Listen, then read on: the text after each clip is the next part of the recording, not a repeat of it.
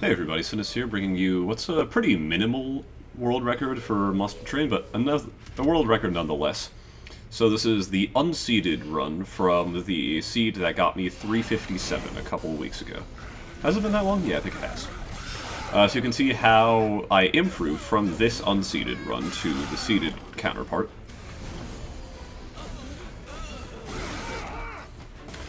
The first fight, however, is completely the same. As a quick side note, while the redundant stuff goes on, in a couple days from now, I'm probably going to start doing my first streams. My Twitch will be a changed username from what it is now, which is why I'm waiting at all. So I'd be interested to hear your thoughts in what I should do for my streams. My obvious candidate is all clan speedrunning, but there are plenty of other things I'd be interested in doing as well, from single clan runs to expert challenges, just live Covenant 25, or even different games. Pokemon would be a prime candidate with like some challenges or Nuzlockes or whatever. So if you're interested in any or none of that, I'm interested to hear your thoughts down below in the comment section. Unlike in the seeded run that got 357, I don't check the caverns just because it's like 6 seconds of wasted time if it's not the 12% chance of getting the 5 dupe. And 1 dupe is definitely sufficient, albeit not necessarily the fastest. But since I'm competing against a much worse time in the unseeded run compared to seeded, I have a much better time of like playing it cautiously.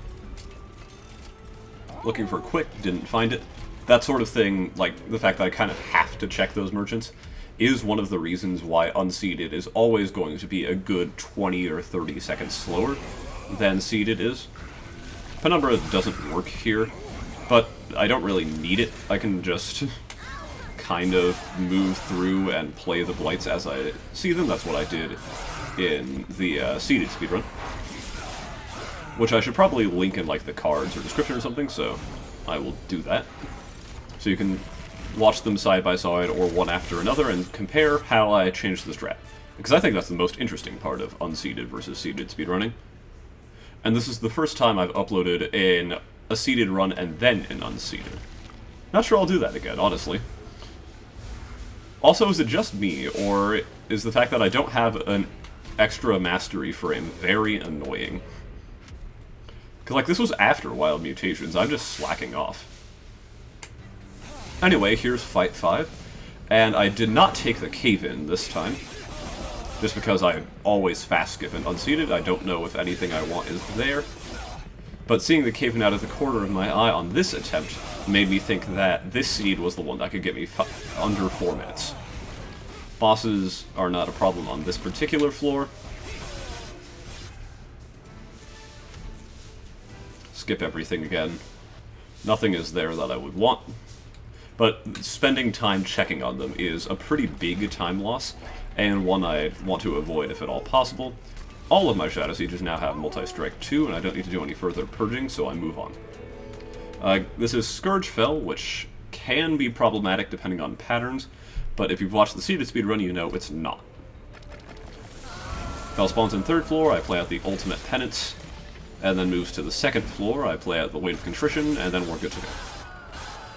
I know that without even having to check. I choose Energy just because it is, I think, technically the fastest one. None of them matter for gameplay purposes, but Draw will have a slightly longer hand-drawing animation because you're drawing 6 cards as opposed to 5, of course. So it's safer to take Energy or Capacity. Energy is just the one I have the muscle memory of from Inferno, since I rarely take Capacity in speedruns.